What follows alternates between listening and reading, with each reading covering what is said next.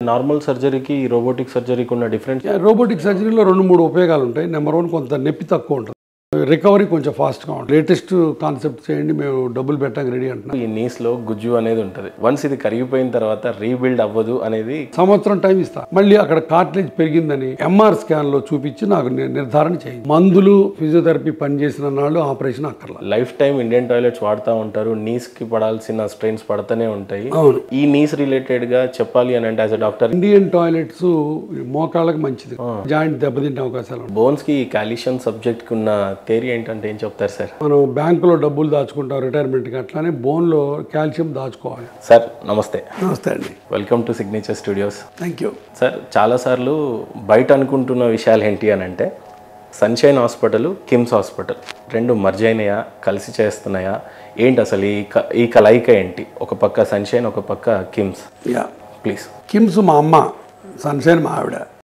మా ఆవిడతో సంసారం చేసి 10 ఏళ్ళు మళ్ళీ మా అమ్మ దగ్గరికి వెళ్ళి అక్కడ కలిసి ఉంటున్నాం. అది కరెక్ట్గా చెప్పాలంటే కిమ్స్ నేను ఫౌండర్ డైరెక్టర్ని. నేను మా కో బ్రదర్ డాక్టర్ భాస్కర్ రావు గారు కలిసి 25 ఏళ్ల కింద స్థాపించాను దాన్ని. ఆ తర్వాత అక్కడ ఒక 5-6 ఏళ్ళు పనిచేసిన తర్వాత నేను ఒక స్పెషల్ ఆర్థోపెడిక్ హాస్పిటల్లో పెట్టాలనే ఉద్దేశంతో సన్షైన్ బ్రాంచ్ ఓపెన్ చేయడం జరిగింది. అప్పుడు అందరూ అనుకున్నట్టుగా మా ఇద్దరి మధ్య, మాతో బ్రదర్స్ ఇద్దరి మధ్యలో గొడవలు కానీ మనస్పర్ధలు కానీ ఏమీ రాలేదు. ఆయన కూడా దాన్ని ఎంకరేజ్ చేసి నువ్వు తప్పకుండా చేయని చెప్పి పంపించాడు. ఆ తర్వాత సన్షైన్ హాస్పిటల్ పెట్టి ఒక 10 ఏళ్ళు రన్ చేశాను నేను. 10 years సక్సెస్ఫుల్గా రన్ చేసాం. ఆ తర్వాత నేను ఇక ఫర్దర్గా నెక్స్ట్ ఏమిటి అంటే కొత్త హాస్పిటల్స్ మళ్ళీ పెట్టి ఇంకా కొత్త ఎక్స్పాన్షన్ మోడ్లో నాకు అంత మనసు లేదు, అంత ఓపిక కూడా లేదనిపించింది నాకు. సో అప్పుడు నేను మళ్ళీ మా బ్రదర్ దగ్గరికి వెళ్ళి భాస్కర్ తోటి వాళ్ళు కలిసిపోదామంటే ఆయన కూడా దాన్ని 2 చేతులు ఆహ్వానించాడు. సో ఇప్పుడు కిమ్స్లో, సన్షైన్లో KIMS majority partner. Okay. So బేసికల్గా ఇప్పుడు సన్షైన్ కిమ్స్లో ఒక భాగం సార్ అది. బట్ ఇప్పుడు కిమ్స్ సన్షైన్ హాస్పిటల్కి నేను స్టిల్ మేనేజింగ్ డైరెక్టర్ని. బట్ మా గ్రూప్ చైర్మన్ వచ్చి డాక్టర్ భాస్కర్ రావు గారు.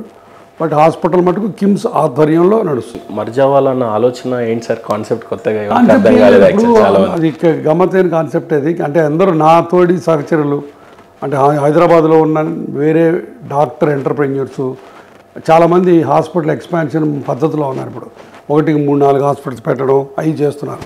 బట్ నాకు అంత చేయాలి, వెనక పరిగెత్తాలి అన్న తాపత్రయం లేదు. హాస్పిటల్ పెట్టాను, 10 ఏళ్ళు సక్సెస్ఫుల్గా చేశాను, ఇంకా చాలు ఇంతవరకు. ఇంతకంటే నేను ఎక్స్పాండ్ చేయడం నాకు ఇష్టం లేదు. అంటే ముందు ఆ పరుగు నాకు సరిపోలేదు. కొంతమందికి సరిపోదు, కొంతమంది సరిపోదు. ఆ పరుగు నాకు సరిపోలే. ఆ తర్వాత సేమ్ ఫ్యామిలీలో అడిగితే పిల్లలు ఇప్పుడు కొడుకు, అల్లుడు, కూతురు, 3 డాక్టర్లే. వాళ్ళందరూ ఏమన్నారు, నీకు ఏది నచ్చితే చెయ్యి, సన్షైన్ నీ బ్రాండ్, నీ బేబీ, నువ్వు ఏది నచ్చితే చెయ్యి, మేము సపోర్ట్ చేస్తా ఉన్నారు. సో ఇక దెన్ నేను ఐ సెడ్ ఈ ఫైనాన్షియల్ మేనేజ్మెంటు, ఈ హాస్పిటల్ రన్ చేయడానికి ఉండాల్సినంత బ్యాండ్ విడ్త్ అవన్నీ భాస్కర్ రావు సార్ దగ్గర ఉన్నాయని చెప్పి ఆయన దగ్గరికి వెళ్ళి మర్జ్ అయిపోదాం అని అనుకున్నాం. అది one of the best decisions of my life. Infrastructure కూడా చూస్తుంటే సార్, కిమ్స్ కానీ ఇప్పుడు మీరు పెట్టిన ఈ సన్షైన్ కానీ, సన్షైన్ ఇందాక మీరు 10 years సక్సెస్ఫుల్గా రన్ చేశాను అన్నారు కదా సార్. ఆ బిల్డింగ్ ఎట్లా సార్? అంటే own building? Paradise own building. Paradise వాళ్ళు ఒకప్పుడు షాపింగ్ మాల్ కింద కట్టుకున్న బిల్డింగ్ అది.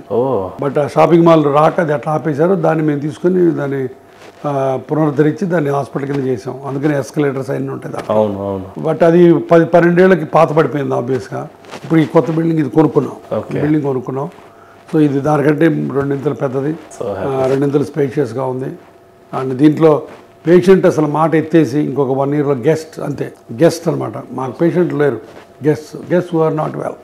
ఆ కాన్సెప్ట్ తీసుకొచ్చే దశలో ఈ హాస్పిటల్లో అన్ని బిల్డింగ్, మీరు మిగతా వాల్స్ చూసారో లేదో, మిగతా ఫ్లోర్స్లో అసలు హాస్పిటల్కి వచ్చిన ఫీలింగ్ కాకుండా ఒక ఆర్ట్ ఎగ్జిబిషన్కి వచ్చినట్టు ఉంటుంది. ఈవెన్ కింద లాబీ చూస్తేనే ఒక 5-star హోటల్ లాగా ఉంది. అంతా అట్లా ప్రతి వాల్ లిఫ్ట్ చూసినట్లయితే ఏకంగా 10-12 లిఫ్ట్లు కనిపిస్తూ ఉన్నాయి కింద. తర్వాత ప్రతి వాళ్ళు ఒక థీమ్ తోటి, ఇప్పుడు మా వాళ్ళు స్కెలిటన్ వాళ్ళు, ఇంకొకటి న్యూరాలజీ వాళ్ళు, అట్లా మీరు వెళ్ళేటప్పుడు చూద్దరు. ప్రతి వాళ్ళకి ఒక థీమ్ కల్పించుకుని పెట్టాం. పేషెంట్స్కి ఇక్కడ రాగానే హాస్పిటల్కి వచ్చాం అన్న ఫీలింగ్ రాకూడదు సార్. మరి ఎలివేషన్ చూస్తుంటేనేమో ఒక 5-star హోటల్ లాగా, ఒక ఐటీ కంపెనీ లాగా, లాబీ చూస్తుంటే 5-star హోటల్ లాగా, లిఫ్ట్ సిస్టమ్ ఇవన్నీ చూస్తుంటే పేషెంట్స్కి చాలా ఈజీ యాక్సెస్ ఉంది. ఒక నంబర్ చెప్తే ఆ డోర్ నెంబర్ కానీ ఆ వార్డుకి కానీ చాలా ఈజీగా రీచ్ అయ్యేలా ఉంది. చూడ్డానికి మరి ఇది చాలా ఎఫోర్డబుల్ ఉందా, చాలా కాస్ట్లీయా? 5-star facilities with 2-star pricing అనుకోవచ్చు. వావ్. ఏమి అసలు బయట ప్యారడైజ్కి ఇక్కడికి పెద్దంత ఎక్కువ తేడాలు ఏం లేవు. ప్రైసింగ్ మిగతా హాస్పిటల్స్ కంటే కొంత రకంగా తక్కువే. కాబట్టి అసలు ఇంత 5-star రేట్లో లేనే లేదు. బట్ ఇలా 5-star హోటల్ లాగా కట్టి 2-star ఫెసిలిటీ ఎఫర్ట్ చేసి అంత ఈజీ యాక్సెసిబుల్గా పెట్టారు. 5-star రేంజ్లో కట్టాలి అని అసలు ఆలోచన ఎందుకు వచ్చింది? ఇప్పుడు బేసిక్గా ఏ హాస్పిటల్ అయినా లేటెస్ట్ హాస్పిటల్ చక్కటి ఇన్ఫ్రాస్ట్రక్చర్, చక్కటి అంబియన్స్ లేకపోతే అసలు పేషెంట్స్ రారు సార్. సగం అక్కడే మీకు పేషెంట్స్కి ట్రీట్మెంట్ స్టార్ట్ అవుతుంది. పాత రోజులలాగా డ్రాబ్ వాల్స్, పిచ్చి పిచ్చి ఫ్లోరింగ్లు కుదరట్లేదు. True sir. కరెక్ట్ కాదు. కాబట్టి హాస్పిటల్ కట్టడం, హాస్పిటల్ అంబియన్స్ అన్న కాన్సెప్ట్స్ మారిపోయినాయి. కాబట్టి మీరు చూడండి, ప్రతి కొత్త హాస్పిటల్ అద్భుతంగా ఉంటుంది. బట్ దాంతోపాటు సర్వీసెస్ కూడా అద్భుతంగా ఉండాలి. తర్వాత మీరు అన్నట్టు అఫోర్డబిలిటీ కూడా ఉండాలి. ఆ ఆప్టిమమ్ మిక్స్ ఉండాలి. నేను 5-star హోటల్ కట్టాను, 5-star బిల్డింగ్ కట్టాను, నువ్వు 5 రెట్లు డబ్బులు ఎక్కువ ఇవ్వటం అన్యాయం, అక్రమం, అసమంజసం. మీరే అనేస్తున్నారు. తప్పది. ఎందుకంటే పేషెంట్ మన దగ్గరికి మన ఎక్స్పర్టీస్ కోసం, మన నైపుణ్యం కోసం వస్తాడు. నువ్వు 5-star హోటల్ కట్టి నువ్వు 5-star ట్రీట్మెంట్ అడిగితే తప్పదు. Of course for example deluxe sweet కట్టి దానికి రోజుకి 20,000 పెట్టండి, ఇష్టం వచ్చినప్పుడు వస్తాడు. బట్ యావరేజ్ జనరల్ వార్డ్ ఉండాలి, యావరేజ్ షేరింగ్ రూమ్ ఉండాలి, యావరేజ్ హాస్పిటల్ రేట్స్ ఉండాలి. ట్రూ సార్, బాగా చెప్పారు. అందుకని నా నీ రీప్లేస్మెంట్ 20 ఏళ్ళ నుంచి ఆల్మోస్ట్ ఒకటే ప్రైసింగ్. ఇంత మటుకు 10% అటు ఇటు తప్ప. నేను 5-star హాస్పిటల్ కట్టాను, నాకు 2 లక్షలు ఎక్స్ట్రా ఇవ్వమని ఇంత మటుకు లేదు. ఆల్మోస్ట్ 45 years అవుతుందా సార్? నేను వచ్చి 25 years ఇండస్ట్రీ ఇక్కడ ఈ హైదరాబాద్ వచ్చి 1999లో వచ్చాను. ప్రాక్టీస్ అదంతా స్టార్ట్ చేసి డే 1 నుండి చూస్తే మొత్తం కంప్లీట్గా 25 years చాలా చాలా ఆనందం, చాలా ఫుల్ఫిల్మెంట్. డే 1 నుండి ఇంత సాధించాను నేను. డే 1 నుంచి ఒక టెన్షన్ ఉంటుంది సార్. కన్సల్టెంట్ కోసం కూర్చుంటున్నప్పుడు, చేస్తున్నప్పుడు ఎర్లీ మార్నింగ్ లేవాల్సి ఉంటుంది. మన డిసిప్లిన్ ఎలా ఉంటుంది, బయట ఫ్యామిలీకి టైం ఇవ్వాల్సి ఉన్నా, రిలేటివ్స్కి ఉండాలన్నా, బయట ఎక్కడికి వెళ్ళాలన్నా ఇక్కడ ఎంగేజ్ అవ్వటం వల్ల ఎక్కడికి వెళ్ళకుండా ఉంటుంది. 25 years బ్యాక్ స్టార్ట్ అయిన జర్నీ ఇప్పుడు ఇంతమంది డాక్టర్, ఇంత పెద్ద ఇన్ఫ్రాస్ట్రక్చర్, ఇంత నేమ్, మోర్ ఓవర్ ఏషియాలోనే you are the most toppest doctor almost ఆ ఇదిలో ఉన్నారు మీరు. ఎట్లా అనిపిస్తుంది సార్ జర్నీ? చాలా బాగుంటుంది, చాలా ఆనందంగా, చాలా మనసు సంతృప్తిగా ఉంటుంది. ఎందుకంటే నేను కరెక్ట్గా చెప్పాలంటే ఇంగ్లాండ్ నుంచి వచ్చినప్పుడు నేను బాగానే చేస్తాను, సక్సెస్ అవుతాను అనుకుని ఇంత సక్సెస్, ఇంత హాస్పిటల్ పెట్టి ఇన్ని వేల మందికి ట్రీట్మెంటు, ఇన్ని వందల మందికి, వేల మందికి ఒక జీవనోపాధి, నా వల్ల ఇంతమంది ఎంప్లాయీస్ ఉండటం, ఇంత చేయగలను అని నేను అనుకోలే. అది దేవుడిచ్చిన అదృష్టం, దేవుడిచ్చిన వరం. మొదలుపెట్టిన రోజు ఏమనుకొని మొదలుపెట్టారు సార్? ఏమనుకోలేదు, నలుగురికి మంచి చేద్దాం, మంచి హాస్పిటల్ కడదాం అన్న ఒక ఉద్దేశంతో నిజంగా ఈ సన్షైన్ హాస్పిటల్ మొదలు పెడదాం అనుకున్నప్పుడు నా బ్యాంకులో బ్యాలెన్స్ ₹1,00,000 ఉంది అంతే. అయినా సరే గుడ్డిగా వెళ్ళిపోయి ఇగ్నోరెన్స్ ఈజ్ బ్లిస్ లాగా హాస్పిటల్కి ఎలా రన్ చేస్తారు ఏమిటో కూడా తెలియదు. పెడదామంటే పెడదాం వచ్చేసారు. వరప్రసాద్ రెడ్డి గారు శాంతా బయోటెక్ చైర్మన్ దగ్గరికి వెళ్ళాను, ఆయన ₹1,00,00,000 షేర్ మనీగా ఇచ్చాడు. అట్లానే మోహన్ రామకృష్ణ అని మా చైర్మన్ గారు అమెరికాలో ఉంటారు, ఆయనకి ఇచ్చారు. పివిఎస్ రాజు గారు, అట్లా అందరూ లైక్ మైండెడ్ పీపుల్ నా మీద ధైర్యం, నా మీద నమ్మకంతో డబ్బులు పెట్టారు. మళ్ళీ మా డబ్బులు ఎప్పుడు వస్తాయని కూడా అడగల. సో అంత నమ్మకం, ఆ ఇదితోటి, ఆ పాజిటివ్ థాట్తో పెట్టాం. అందుకని హాస్పిటల్ కూడా బాగా రన్ అయ్యింది. ఎంతమందితో స్టార్ట్ చేశారు సార్ అప్పుడు? అంటే షేర్ హోల్డర్స్ ఓన్లీ మొదట్లో వరప్రసాద్ రెడ్డి గారు అండ్ మోహన్ రామకృష్ణ, పివిఎస్ రాజు గారు, తర్వాత కొంతమంది కలిశారు. ఎలా కన్విన్స్ చేశారు మీరు? నేను చెప్పాను ఇట్లా అన్నారు వాళ్ళు, ఓకే గోడ్ మేము ఉన్నాం వెనకాలన్నారు. ఈ రోజు అంటే ఇంత నేమ్ ఉంది సార్ నిజంగా. గురువారెడ్డి అని అంటే one of the best surgeon పేరు ఉంటుంది. బట్ ఆ రోజు అని అంటే జస్ట్ డాక్టర్ బయట కంట్రీ నుంచి వచ్చాడు, మీ థాట్ ప్రాసెస్ మాత్రం పేపర్ మీద ఉంటుంది. జస్ట్ మిమ్మల్ని మాత్రమే నమ్మాలి.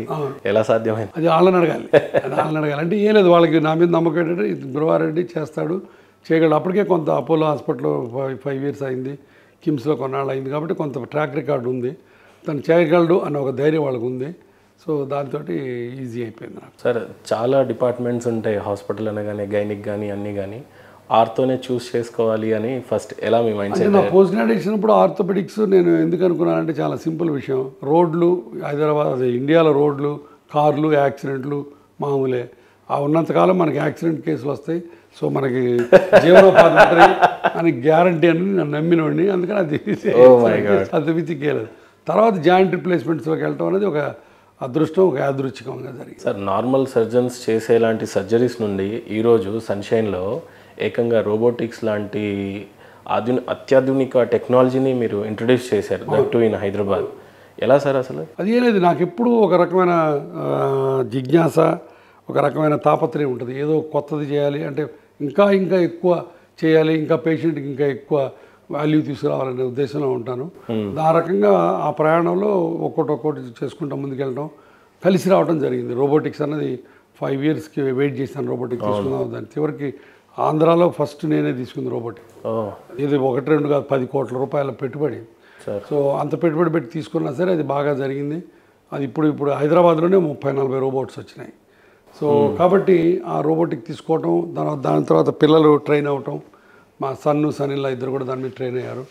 సో ఆ తర్వాత ఎక్కువ మందికి చేయడం హెల్ప్ చేయడం. అంటే ఈ రోబోటిక్ సర్జరీ అంటే ఫస్ట్ ఆ సిస్టమ్ని అర్థం చేసుకోవడానికి అంతే టైం పడుతుంది. మేము ఆస్ట్రేలియా స్కిల్స్ అన్ని ఎట్లా ఆస్ట్రేలియాను, సౌత్ ఆఫ్రికా, తర్వాత అమెరికా వెళ్ళాం, అక్కడ నేర్చుకుని వచ్చాం. తర్వాత ఇక గ్రాడ్యువల్గా you will get better and better. ఇప్పుడు మాది పెద్ద ట్రైనింగ్ ఇన్స్టిట్యూట్. ఓకే, మాది centre of excellence, global centre of excellence కింద 2 ఇంటర్నేషనల్ సర్టిఫికేట్స్ వచ్చినాయి. అంటే ఇప్పుడు బయట నుంచి కూడా ట్రైనింగ్కి వస్తారు. టెక్నాలజీ నేర్చుకోవటం, ఈ స్కిల్స్ ఇవన్నీ కూడా ఇప్పుడు వీఆర్ ద బెస్ట్ అంటే. One of the best men డౌట్లేదు.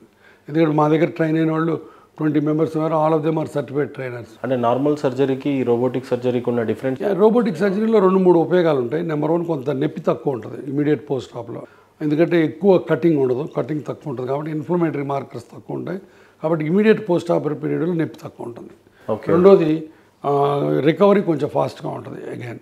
తర్వాత మూడోది మడత ఎక్కువ ఉంటుంది, కాళ్ళు మడత ఎక్కువ వస్తుంది అన్నమాట రోబోటిక్. సో ఇవన్నీ రోబోటిక్స్లో అడ్వాంటేజ్. రోబోటిక్స్తోనే చేయాలంటే లేదు, రోబోటిక్స్ లేకుండా బ్రహ్మాండంగా చేయొచ్చు. బట్ రోబోటిక్స్ వల్ల ఈ 3 అడ్వాంటేజెస్ మెయిన్ అడ్వాంటేజ్. చాలా సింపుల్గా ఈజీగా ఉంటుంది. డెఫినెట్గా టార్గెట్ మనం ఏదనుకుంటే అది కరెక్ట్గా ఇంత కట్ చేయాలి, ఇంత కట్ చేయాలి. తర్వాత మూడోది ఏంటంటే ఇప్పుడు పాత రోజుల్లో మెకానికల్ అలైన్మెంట్ అని చెప్పి కరెక్ట్గా గీత గీసినట్టు భూమికి ప్యారలల్గా జాయింట్ లైన్ ఉండాలని చెప్పి ఒక పద్ధతి ఉంది. ఓకే, బట్ ఇప్పుడు అది కాక వేరే ఆల్టర్నేటివ్ అలైన్మెంట్స్, అంటే కాలు కొంత వంకర కూడా ఉండాలి, 5 degrees లోపలికి కట్ చేయాలి అని కొన్ని కాన్సెప్ట్స్ వచ్చినాయి. ఆ కాన్సెప్ట్స్ని మనం పాటించాలంటే రోబోట్ తప్పనిసరిగా ఉండాలి. పాత రోజుల్లో ఓన్లీ ప్యారలల్గా కట్ చేసే పద్ధతి ఉండేది. ఇప్పుడు వేరే రకంగా కట్ చేయాలంటే రోబోట్ తోటి స్క్రీన్ మీద మనకి నెంబర్లు కనపడాలి. Okay, so alternative alignment strategies మనకి వీలవుతుంది. రోబోటిక్స్ ఇవి అని అంటే ఇదో పెద్ద ఇన్వెస్ట్మెంట్. సర్జరీ అని అంటేనేమో వాళ్ళు ఎంత తక్కువకైతే బాగుంటుంది అని పేషెంట్ పాయింట్ ఆఫ్ వ్యూ ఉంటుంది. ఈ రెండింటిని ఎలా మ్యాచ్ చేస్తారు? అది ఎలా సమన్వయం చేసిన ఇప్పుడు రోబోట్కి కొంత ఎక్స్ట్రా డబ్బులు పే చేయక తప్పట్లేదు పేషెంట్లు. బట్ వాళ్ళు అర్థం చేసుకొని రోబోట్ వల్ల బాగానే జరుగుతుంది అనే నమ్మకం ఉన్నోళ్ళు రోబోట్ అడుగుతున్నారు. కొంతమంది వచ్చి మాకు లేటెస్ట్ కాన్సెప్ట్ చేయండి, మేము డబ్బులు పెట్టడానికి రెడీ అంటున్నారు. ఓకే, కొంతమంది ఏమో వద్దులేండి మాకు ఓల్డ్దే చేయండి అని కొంతమంది అంటున్నారు.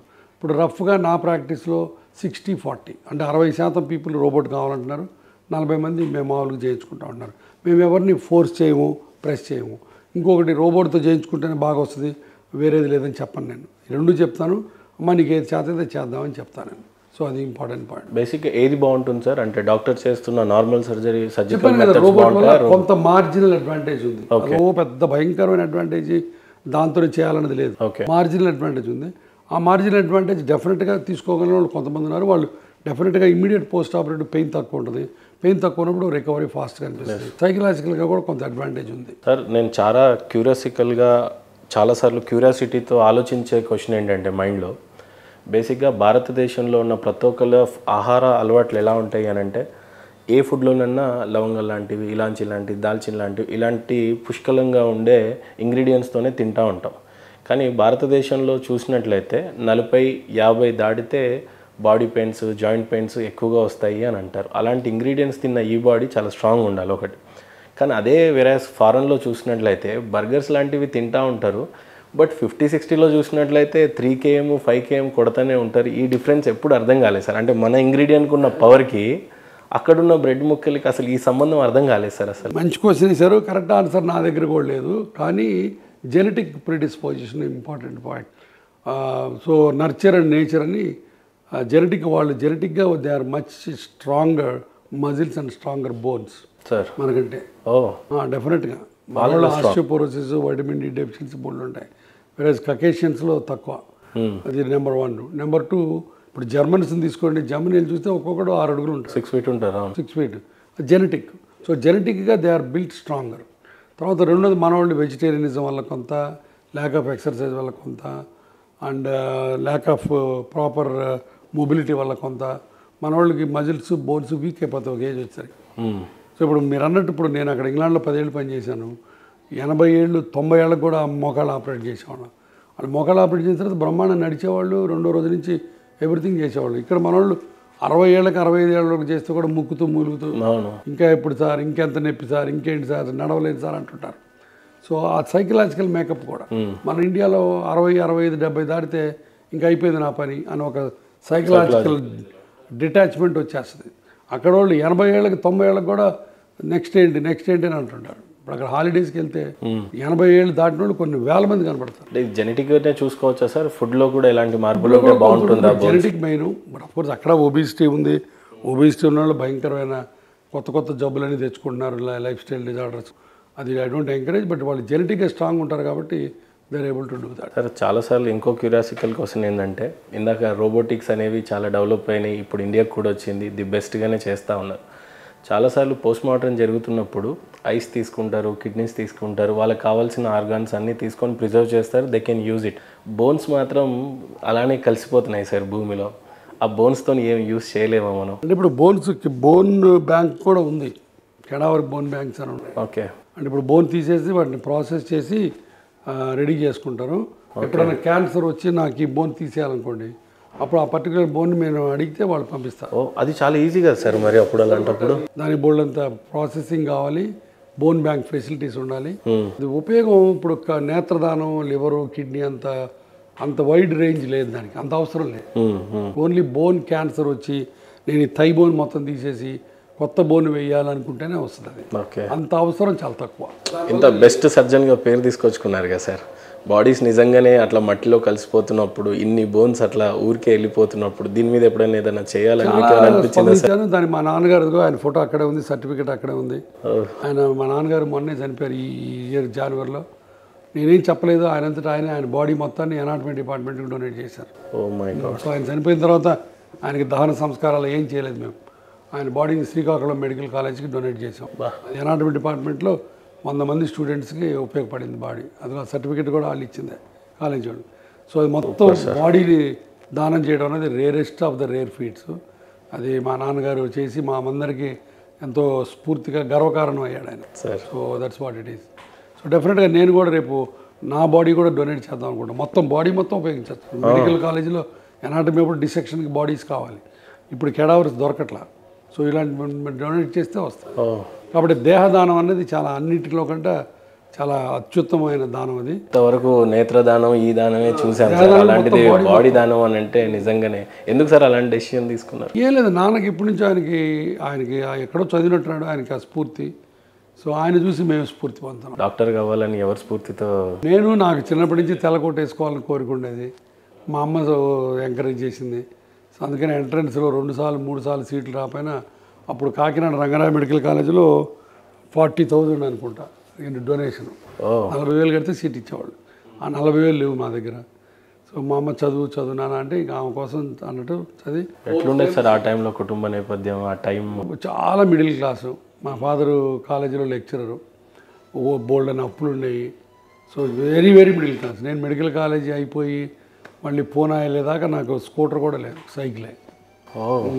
మా ఇంట్లో ఫ్రిడ్జ్ కూడా ఉండేది కదా. మరి ఆ రోజుల్లో ఎంబీబీఎస్ అంటేనే అప్పుడు పెద్ద కాస్ట్లీ ఏం కాదు. ఎంబీబీఎస్ అప్పుడు మొత్తం కలిపించి ఫీజు 300 రూపాయలు ఎంతో. పుస్తకాలకు కొంచెం కాస్ట్ అయ్యింది తప్ప ఎంబీబీఎస్ అసలు అన్ఎఫోర్డబిలిటీ అనేది లేనే లేదు. మన ఇండియాలో గొప్పది, మన దేశం గొప్ప. చదువుకుంటానంటే ఎంబీబీఎస్ పేదవాడు కూడా చదువుకోవచ్చు సీట్ తెచ్చుకుంటే. అంత ట్యూషన్ ఫీజు అంత తక్కువ అనమాట, అంత సబ్సిడైజ్ చేసి. మరి ఈ రోజులలో ఎంబీబీఎస్ అంటే ఒక 2 కోట్లు పెడితే కానీ చదువుకోలేనంత కాస్ట్లీ సబ్జెక్ట్ అయిపోయింది. క్యాపిటేషన్ అవన్నీ వచ్చిన తర్వాత ఇప్పటికీ గవర్నమెంట్ సీట్లు చాలా తక్కువ. గవర్నమెంట్ ఒక డాక్టర్ మీద ఖర్చు పెట్టే దాంట్లో 100% కూడా ఫీజు తీసుకోవట్లేదు. అంత గొప్ప కంట్రీ ఇది డాక్టర్ల విషయంలో. వాటిలో ఫారిన్ కంట్రీస్లో డాక్టర్ చదవాలంటే ఆడు మొత్తం ఇల్లు అమ్ముకోవాలి వాళ్ళ నాన్నవాళ్ళు. ఇక్కడ అదేం లేదు, మార్క్స్ తెచ్చుకుంటే ఈవెంట్ నువ్వుడే గవర్నమెంట్ కోటాలో వెరీ అఫోర్డ్. ఎలా స్టార్ట్ అయింది సార్ మరి అప్పుడు జర్నీ? అప్పుడు జర్నీ ఉంది, మెడికల్ కాలేజీ రావటం, ఆ తర్వాత మెడిసిన్, తర్వాత పూనాలో ఎంఎస్ చేయడం, తర్వాత 10 ఏళ్ళు ఇంగ్లాండ్లో చదువుకోవటం, ఇంగ్లాండ్లో రావటం ఒక గొప్ప అదృష్టం. ఆ రోజుల్లో అది కూడా ఇంగ్లాండ్కి వెళ్ళడం అంటే మామూలు విషయం సార్. ఆ తర్వాత మళ్ళీ ఇండియా వచ్చి ప్రాక్టీస్ చేయడం అని ఒక అద్భుతమైన ప్రయాణం. ఈ ప్రయాణంలో నాదంటూ లేదు, దేవుడు అలా ముందుకు తోసుకెళ్తూ ఉన్నాడు, నేను పోతూ ఉన్నా. Super sir, super. ఇంకా ముందుకు చాలా ఆరోగ్యంగా వెళ్ళాలని మనస్ఫూర్తిగా కోరుకున్నా సార్. చాలా వరకు ఈ నీస్లో గుజ్జు అనేది ఉంటుంది. చాలాసార్లు దీని మీద మీరు ఆవేదనతో కూడా చాలా విషయాలు చెప్పడం కూడా జరిగింది. వన్స్ ఇది కరిగిపోయిన తర్వాత రీబిల్డ్ అవ్వదు అనేది ఖచ్చితంగా మీరు చెప్పారు. కానీ అవుతుంది అని చెప్పి కొన్ని ఇంజెక్షన్స్ వచ్చినాయి మార్కెట్లో, కొన్ని సర్జరీస్ కూడా చేస్తున్నారు. అది ఎంతవరకు నిజం, ఎంతవరకు నమ్మొచ్చు? నాకు తెలిసి నేను చదివిన సైన్స్లో, నాకున్న విజ్ఞాన పరిధిలో ఇంత మటుకు కార్టిలేజీ, అంత అరిగిపోయిన కార్టిలేజ్ మొత్తాన్ని మీటర్లు పెంచడం అనేది ఇంతవరకు ఎక్కడా లేదు. ఉన్న కార్టిలేజీని కాపాడటానికి కొన్ని మందులు ఉన్నాయి. ఇప్పుడు నేను మొన్న ఇట్లా కార్టిలేజ్ పెరగడానికి లేదంటే కొంతమంది ఆయుర్వేదిక్ డాక్టర్లు వాళ్ళు వీళ్ళు నన్ను శాపనార్థాలు పెట్టారు. నీకేం తెలుసు ఆయుర్వేదంలో ఉందని, ఉంటే చూపించమని చెప్పాను. నేను ఛాలెంజ్ చేస్తాను. నేను నాట్ ఎట్ ఆల్, అసలు అవకాశం లేదు. నాకు 1% కూడా. ఇప్పుడు ఏదైనా ఒకటి, ఇప్పుడు నేను ఇంత ధైర్యంగా చెప్పగలుగుతున్నాను, ఎవిడెన్స్ బేస్డ్. ఇప్పుడు అలోపతి మిగతా ప్రాక్టీస్లో ఆయుర్వేదం, హోమియోపతి అన్నిటికంటే ముందు ఎందుకు వెళ్ళింది? ఎవిడెన్స్. ఇప్పుడు ఒకటి చెప్తే దాని ఎవిడెన్స్ చూపించి, నలుగురికి చూపించి, ఒక పేపర్ రాసి, రీసెర్చ్ పేపర్ రాస్తే అది పబ్లిష్ అయ్యి పియర్ గ్రూప్ ఎవిడెన్స్ ఉంటే అప్పుడు ఇది కరెక్ట్. అంతే కదా, ఏదైనా అంతే. కరెక్ట్. నేను ఇలా అనుకున్నాను, అలా జరుగుతుందని కుదరదు. ఈరోజు ఎవిడెన్స్ చూపించాలా. ఆ ఎవిడెన్స్ చూపించడానికి ఒక్క ఆయుర్వేదం కాదు, ఒక హోమియోపతిగా లేదు. నేను ఒక బాగా అరిగిపోయిన మోకాలు నీకు పంపిస్తా. మీరు ఆయుర్వేదిక్ డాక్టర్ అనుకో, హోమియోపతి డాక్టర్ అనుకో, యునాని అనుకో, ఏవైనా అనుకో, నేను ఒక మొత్తం స్టేజ్ 4 ఆర్థరైటిస్ అంటే ఎముక రాసుకుంటున్న జాయింట్ నీకు పంపిస్తాను. నువ్వు ఏ రకమైన ట్రీట్మెంట్ అయినా ఇవ్వు, సంవత్సరం టైం ఇస్తా. నా దగ్గర తీసుకొచ్చి మళ్ళీ అక్కడ కార్టిలేజ్ పెరిగిందని ఎంఆర్ స్కాన్లో చూపించి నాకు నిర్ధారణ చేయి, లేకపోతే ఆర్థ్రోస్కోపీ చూపించి నిర్ధారణ చేయి. అప్పుడు నేను ఒప్పుకుంటా. అంతేగాని ఊరికి హరికథలు చెప్తే నేను ఒప్పుకోను. నాకు అక్కడ మూలికలు ఉన్నాయి, ఇక్కడ మూలికలు ఉన్నాయంటే నేను ఒప్పుకోను. నాకు ఎవిడెన్స్ కావాలి. ఇంజక్షన్ల మీద వాటి మీద నా కోపము, నా యుద్ధం అంతా ఏంటంటే స్టేజ్ 4 అంటే బోన్ ఆన్ బోన్ ఆర్థరైటిస్లో కూడా ఇంజక్షన్లు చేసి వాళ్ళు కార్టిలేజ్ పుట్టించామని చెప్పడము అబద్ధం, అండ్ అసలు ఆ క్లెయిమ్ చేయడం అబద్ధం. ఎవరైనా సరే స్టేజ్ 4 ఆర్థరైటిస్లో ఇంజక్షన్ చేసే వాళ్ళ దగ్గరికి వెళ్తే వాళ్ళు నమస్కారం పెట్టి, అమ్మ ఇది ఇంజక్షన్లు పనికిరావు, మీరు ఇంటికి వెళ్ళండి, చేత అయితే ఆపరేషన్ చేయించుకోండి, చేత కాకపోతే ఇంట్లో కూర్చోండి అని చెప్పాలి. వాడి దగ్గర 3 లక్షల రూపాయలు తీసుకుంటే ఎట్లా? అది మోసం, దగ, దోపిడీ అన్నీ ఒకటే. కాబట్టి ఎవిడెన్స్ లేకుండా మీరు ఏ రకమైన తిట్లైనా తిట్టండి, నేను పడతా. బట్ నాకు నిర్ధారణ చేసి చూపించండి, నేను సార్. బేసిక్గా మీ దగ్గరికి స్టేజ్ 4లో వచ్చినప్పుడు బోన్ టు బోన్ బాగా అరిగిపోయి క్యాట్లేజ్ మొత్తానికి అయిపోయినప్పుడు గురువారెడ్డి గారు ఇచ్చే ట్రీట్మెంట్ ఏంటి సార్? అసలు బేసిక్ నీ రిప్లేస్మెంట్, అంత మించి ఇంకేమీ పనికిరాదు. Complete knee replacement. Knee replacement వద్దని భయపడతారు కొంతమంది. చాలా అది ఇప్పుడు ఆ భయపడటం సహజం. నాకు ఇష్టం ఆపరేషన్ ఇంతవరకు ఎవరు చేయించుకోవాలి, అవసరం. మరీ నీస్ని భయపడతారు. ఇప్పుడు ఆ భయపడే వాళ్ళు చాలా మంది ఉంటారు. ఆ భయాన్ని ఎక్స్ప్లాయిట్ చేసి డబ్బులు సంపాదించేవాళ్ళు వీళ్ళు. నేను ఒకటే చెప్తా, మందులు ఫిజియోథెరపీ పనిచేసిన నాళ్ళు ఆపరేషన్ అక్కర్లా. Statement number 1. స్టేట్మెంట్ నెంబర్ 2, మందులు పనిచేయకపోతే ఆపరేషన్ తప్ప ఇంకొకటి లేదు. ఈ మధ్యలో బోల్డ్ మంది దొంగలు ఉన్నారు. సో అది నేను చెప్పేది. నేను పేషెంట్కి చెప్పేది కూడా చాలామంది గురువారెడ్డికి ఆపరేషన్లు తగ్గిపోయినాయి, మేము ఇంజక్షన్లు చేసి బాగు చేస్తున్నాం అందుకని ఏడుస్తున్నాడని అనుకోవచ్చు. నాకు ఆ ఏడుపు ఏమి లేదు. వాళ్ళు ఇంత ఇంజక్షన్ చేస్తే నాకు అంతమంది పేషెంట్లు వస్తారు, ఎందుకంటే వీళ్ళు ఎవరికి తగ్గదు. వాళ్ళందరూ మళ్ళీ నా దగ్గరికి వస్తారు. అది కాదు నా బాధ. నా బాధ పేషెంట్ని దోచుకుంటున్నారు, అది తప్పు. ఇప్పుడు నా దగ్గర పేషెంట్లు 4th స్టేజ్కి వస్తే ఆపరేషన్ ఉందని చెప్తాను. నేనేం ఫ్రీగా చేయట్లా, డబ్బులు అవుతాయి, డబ్బులు తీసుకుంటున్నాను. అది చేత అయిన వాళ్ళు చేయించుకుంటారు. కొంతమంది ఫైనాన్షియల్ అఫోర్డబిలిటీ ఉండదు, వాళ్ళకి అమ్మ సింపుల్ మందులు వేసుకుని ఇంట్లో కూర్చోండి, ఇంజక్షన్లు పనికిరావు అని చెప్తున్నాను. యాజ్ ఏ డాక్టరు ఈ ట్రీట్మెంట్ పనికి వస్తుంది, ఈ ట్రీట్మెంట్ పనికిరాదని చెప్పాల్సిన ధర్మం, నైతిక ధర్మం నా మీద ఉంది. డబ్బుల సంగతి పక్కన పెట్టండి. Patient can afford or not impossible. ఆ రకంగా పేషెంట్ అఫోర్డ్ చేయలేని వాళ్ళు కూడా ఉద్ధరించాలనే తాపత్రయంతో సర్వేజన ట్రస్ట్ అని పెట్టి దాంట్లో ఇట్లా చేయని అఫోర్డబిలిటీ లేని నీ రీప్లేస్మెంట్ వాళ్ళకి ఫ్రీగా చేస్తున్నాం. ఆల్రెడీ 100 మందికి చేసాం. అది కూడా స్టార్ట్ చేసాం. అది 1 ఫర్ మదర్ 1 ఫర్ అదర్ అని. మీ అమ్మగారికి మోకాల ఆపరేషన్ చేస్తే ఇంకొక అమ్మకి మీరు డొనేట్ చేసేట్టు నేను ఫ్రీగా చేసేట్టు. అది తెలుగులో కూడా కని పెంచిన అమ్మకు ఒక కాలు, కానీ పెంచని అమ్మకు ఒక కాలు, ఆ రకంగా పెట్టి చేస్తున్నాం. ఆల్రెడీ 100 మందికి చేసాం. చాలామంది దాతలు వచ్చి ఇచ్చారు, మేము సొంత పెట్టాం. నా సొంత డబ్బులు కొన్ని ₹1,000,000 పెట్టి అది ఫండ్ స్టార్ట్ చేసాం. సో అది ఏంటంటే నా ఉద్దేశంలో లేదు, నేను గొప్ప చేస్తాను అనుకోవట్లా. సంఘానికి ఆ మాత్రం ఇవ్వాలి. ఎందుకంటే డాక్టర్ జీవితం 4 స్టేజ్లు. First stage learning, second stage earning, third stage teaching, 4th stage is giving. నేను 4th స్టేజ్లోకి వచ్చాను. కాబట్టి నేను వెనక్కి ఇవ్వాల్సిన బాధ్యత నాకుంది. అంత ఎథికల్ వాల్యూస్తో ఉండడం కూడా మీ తల్లిదండ్రులకి నిజంగా. ఫ్రీ నీ రీప్లేస్మెంట్స్, తర్వాత రోడ్ ట్రాఫిక్ యాక్సిడెంట్స్ ప్రివెన్షను అట్లా కొన్ని చేపట్టాం. అవి ఇంకా ఇంకా నెక్స్ట్ 10 ఏళ్లలో చేయాలని తాపత్రయం. ఎట్లా సార్, అంటే ఇంకా దాన్ని డొనేషన్స్ దాని డొనేషన్ రూపంలో ఇంకా మీలాంటి వాళ్ళు లైక్ మైండెడ్ పీపుల్ వచ్చి చూడటం, మేము కూడా దాన్ని చేస్తాం. కొద్దిగా ట్రస్ట్ పేరు ట్రస్ట్ చెప్తాను, నేను డీటెయిల్స్ ఇస్తాను. తర్వాత మన టీవీలో కూడా వేస్తే ఎవరైనా దాతలు ముందుకు వస్తే విల్ బి వెరీ హ్యాపీ. తప్పకుండా సార్. ఏ ఉద్దేశంతో స్టార్ట్ చేశారు సార్? నేను చెప్పాను కదండి, ఇప్పుడు నేను రోజుకి 100 మంది పేషెంట్లు చూస్తే దాంట్లో కనీసం 10-20 మంది పాపం అసలు బాత్రూమ్ కూడా పోలేని పరిస్థితి ఉండి, డబ్బులు లేని పరిస్థితి ఉంటుంది. కొంతమంది పిల్లలు అబాండన్ చేసి ఉంటారు, అమ్మల్ని నాన్నల్ని. వాళ్ళు దోక్కుంటూ బాత్రూమ్కి వెళ్తారు. కొంతమంది మంచం మీద అన్ని వాళ్ళకి హెల్ప్ చేసి ఉద్ధరిద్దామని ఒక తాపత్రయం. సో దాంతో ముందుకు వచ్చాను, అది చేస్తున్నాను. 100 మందికి చేశాను. ఎంతో వాళ్ళ కళ్ళల్లో ఆనందం, వాళ్ళు చూపించే గ్రాటిట్యూడ్ అన్బిలీవబుల్. సో వాళ్ళందరికీ మళ్ళీ వాళ్ళ లైవ్లీహుడ్ వచ్చేట్టు చేస్తారు అనమాట. Super sir. చాలాసార్లు ఇండియన్ టాయిలెట్స్కి వెస్ట్రన్ టాయిలెట్స్కి ఒక కాంపిటీషన్ నడుస్తూ ఉంటుంది sir. Life time Indian toilets వాడుతూ ఉంటారు, నీస్కి పడాల్సిన స్ట్రెయిన్స్ పడుతూనే ఉంటాయి. ఈ విషయంలో ఈ నీస్ రిలేటెడ్గా చెప్పాలి అని అంటే యాజ్ అ డాక్టర్కి ఎలా చెప్తారు సార్? ఇండియన్ టాయిలెట్స్ మోకాళ్ళకి మంచిది కాదు. ఎందుకంటే 2 విషయాలు మోకాళ్ళకి మంచిది కాదు. ఇండియన్ టాయిలెట్లో కూర్చోవటం, మెట్లు ఎక్కి దిగటం. ఈ 2 వల్ల 4 రెట్లు బరువు పోతుంది మోకాల్లో, పట్టెల్లో ఫెమరల్ జాయింట్లో. కాబట్టి జాయింట్ దెబ్బతింటే అవకాశాలు ఉన్నాయి. కాబట్టి ఇండియన్ టాయిలెట్ లేకుండా కమ్మోడ్ నేను అడ్వైజ్ చేస్తాను. దానికి అగైన్ చాలామంది ఇండియా వాళ్ళు, ఒకటి ఇండియాలో ఈ ఆయుర్వేదం తర్వాత నేచురోపతి ఉన్నోళ్ళు నన్ను క్రిటిసైజ్ చేశారు. ఏదో ఇండియన్ టాయిలెట్లో కూర్చుంటే బవెల్ మూమెంట్ బాగుంటుంది. కరెక్ట్, అది ఇండియన్ టాయిలెట్లో కూర్చుంటే మోకాళ్ళు పొట్టకి ప్రెషర్ పెట్టి లోపల ఇంట్రా అబ్డామినల్ ప్రెషర్ పెరిగి బవెల్ మూమెంట్ బాగుంటుందని ఒక శాస్త్రం ఉంది, దానికి కొంత ఎవిడెన్స్ ఉంది. బట్ మోకాళ్ళు దెబ్బతింటాయి. కాబట్టి మీరు మోకాళ్ళు దెబ్బతినకుండా ఉండే ఎవిడెన్స్ తోటి మనం చేసుకోవాలి. కాబట్టి డెఫినెట్గా నా ఉద్దేశంలో ఇండియన్ టాయిలెట్స్ మోకాళ్ళకి బ్యాడ్. సార్ చాలాసార్లు మనము కార్డియో చేస్తున్నప్పుడు లేదంటే జిమ్లో కానీ ట్రైనర్ ఏం చేస్తాడంటే 2 స్టెప్స్ ఉన్న ఆ ఎక్విప్మెంట్లు పెట్టేసి నీ మీద చాలా చేపిస్తూ ఉంటాడు, లేదంటే మెట్లెక్కి దిగు అని అంటుంటాడు. మరి ఆ స్ట్రెయిన్ వల్ల నీస్ అన్ని పోతుంటాయి కదా. మనకి ఒక రకమైన దేహ దారుఢ్యం ఉంటే అవి చేయొచ్చు. బట్ నా ఉద్దేశంలో నేను ట్రైనర్స్ వాళ్ళకు కూడా చాలామంది చెప్తుంటాను, స్క్వాట్స్ లంజెస్ ఆ 2 చేయించొద్దు అని. ఎందుకంటే మోకాళ్ళ మీద లోడ్ పడే పనులు అవి. సో అట్లానే మీరు స్టెప్పింగ్ అప్, తర్వాత ఏరోబిక్స్, జూంబా, ఇవన్నీ కూడా మోకాళ్ళ మీద లోడ్ పడతాయి. బట్ ఆ లోడ్ తట్టుకునే కెపాసిటీ కొంతమందికి ఉంటుంది. కొంతమంది who are inherently strong, quadriceps మధ్యలో బాగున్న వాళ్ళు చేసుకుంటారు. అట్లా కాకుండా మోకాళ్ళు నొప్పి ఉన్నోళ్ళు ఇవేవి చేసినా చాలా ఇబ్బంది పడతారు. ఓకే. కాబట్టి మోకాళ్ళు నొప్పి ఉన్నప్పుడు నెంబర్ 1 లోడ్ తగ్గించుకోవాలి, నెంబర్ 2 స్ట్రెంగ్త్ పెంచుకోవాలి. ఓకే. లోడ్ తగ్గించుకోవాలని ఇందా మనం చెప్పినవి అవాయిడ్ చేయాలి. సార్ చాలాసార్లు వింటుంటాము మాల్ న్యూట్రిషన్ అని ఒక పదం ఎక్కువగా వాడుతూ ఉంటాం, లేదంటే బోన్స్లో అనగానే కాల్షియం తగ్గిపోయింది అని అంటారు. బోన్స్కి ఈ కాల్షియం సబ్జెక్ట్కి ఉన్న థియరీ ఏంటంటే ఏం చెప్తారు సార్? ఏమైనా బోన్స్లో కాల్షియం అనేది పీక్ బోన్ మాస్ అని మనం బ్యాంకులో డబ్బులు దాచుకుంటాం రిటైర్మెంట్కి, అట్లానే బోన్లో కాల్షియం దాచుకోవాలి. 16-20 ఏళ్ళు వచ్చేసరికి మనం ఏ రకమైన కాల్షియం ఉందో అదే కాల్షియం తర్వాత ఉపయోగపడుతుంది. సో కాబట్టి పీక్ బోన్ మాస్ ఎంత తొందరగా మనం ఏర్పరచుకుంటే అంత తొందరగా మనకి పనికి వస్తుంది. అటు కాకుండా 60-70 ఏళ్ళు వచ్చిన తర్వాత నిద్రలేచి నేను ఒక 2 కిలోగ్రాములు కాల్షియం తింటాను, నాకు మళ్ళీ స్ట్రాంగ్ కావాలంటే అవ్వదు.